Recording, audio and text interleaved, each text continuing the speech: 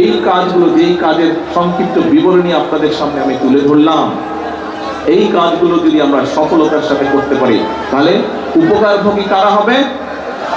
কি ভাই, ওই যে পিছনে গেটের মধ্যে দাঁড়াচ্ছেন, উপকারভোগী কারা হবে? বিদেশিরা হবে না বাংলাদেশের মানুষ হবে? বাংলাদেশের মানুষ হবে। বাংলাদেশের মানুষ উপকারভোগী হবে। এখন প্রিয় ভাই বোনেরা, আমাদেরকে এখন তাহলে একটি সিদ্ধান্ত নিতে হবে। আজকে এই যে দেখুন, কারো যদি কোনো বক্তব্য থাকে, সেটি সরকারের পক্ষে হোক, সেটি সরকারের বিপক্ষে হোক, সেই ব্যক্তি নির্দ্বিধায় সেই কথা বলতে পারে।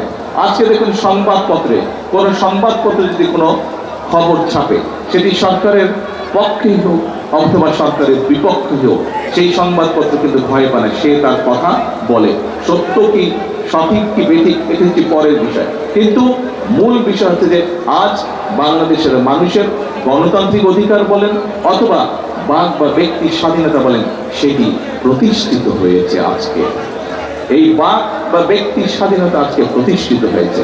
এই ব্যক্তির স্বাধীনতা, বাক স্বাধীনতা প্রতিষ্ঠিত হয়েছে বলেই আজকে আমরা জনগণের জন্য কাজ করতে পারছি। এই বাক ব্যক্তির স্বাধীনতা হয়েছে বলেই আজকে আমরা দেশের জন্য কাজ করতে পারছি। এখন প্রিয় ভাই বোনেরা, বাক স্বাধীনতা, ব্যক্তি স্বাধীনতা, এই যে গণতান্ত্রিক স্বাধীনতা, গণতন্ত্রের যে স্বাধীনতা, এই যে ভোট দিয়ে যে আপনারা নির্বাচিত করেছেন একটি গণতান্ত্রিক সরকারকে, এই সরকার যদি এই সকল কাজ, যে সকল কাজ আপনাদেরকে আমরা 12 তারিখের নির্বাচনের আগে প্রতিশ্রুতি দিয়েছিলাম, সেই প্রতিশ্রুতি যদি আমরা রক্ষা করতে না পারি, ক্ষতিটা কার হবে? আবার কার হবে? হলে যদি জনগণের লাভ হয়, না হলে কার ক্ষতি হবে? জনগণের ক্ষতি হবে। এখন প্রিয় ভাই বোনেরা, বাংলাদেশের মানুষ আন্দোলন করেছেন, সংগ্রাম করেছেন। এখানে এমপি সাহেবরা বক্তব্য রেখেছেন, আপনারা সেই বক্তব্যের সাথে সমর্থন জানিয়েছেন। কি ছিল সেটি? ওনারা বলেছেন গত 1 যুগ ধরে এই এলাকার পুরা জেলার কোথাও তেমন কোনো উন্নয়ন হয়।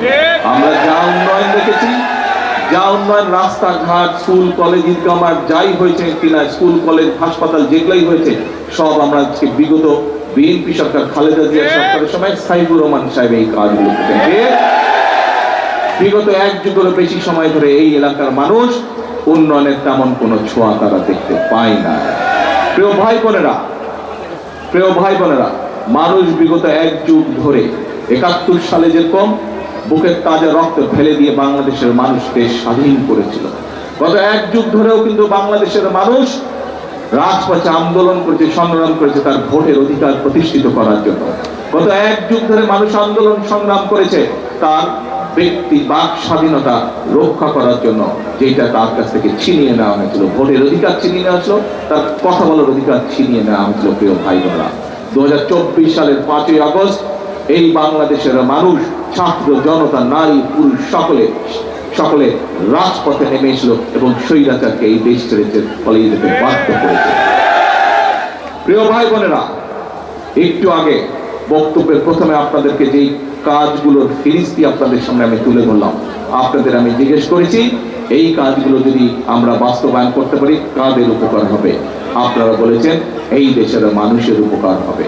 প্রিয় ভাই বোনেরা, আবার আমি আপনাদেরকে জিজ্ঞেস করি, যদি এই কাজগুলো আমরা বাস্তবায়ন করতে না পারি, আজকে যদি বেকারদের কর্মসংস্থান করতে না পারি, আজকে যদি আমার ভাই বোনদের জন্য চিকিৎসা সেবা পৌঁছে দিতে না পারি, আজকে যদি আমরা মায়েদের হাতে ফ্যামিলি কার্ড পৌঁছে দিতে না পারি, আজকে যদি আমরা কৃষক ভাইদের হাতে কৃষক কার্ড পৌঁছে দিতে না পারি, আজকে যদি আমরা আমাদের ভবিষ্যৎ সন্তানদের জন্য সঠিকভাবে খেলাধুলা, লেখাপড়া সব ব্যবস্থা করতে না পারি, তাহলে ক্ষতিকার হবে দেশের, হবে ক্ষতিকার হবে জনগণের হবে।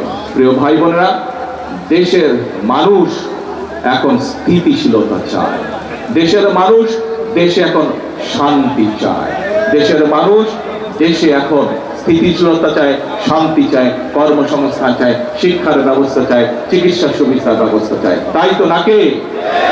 তাই তো ভুল বলেছে? কি ভাই ভুল বলছে?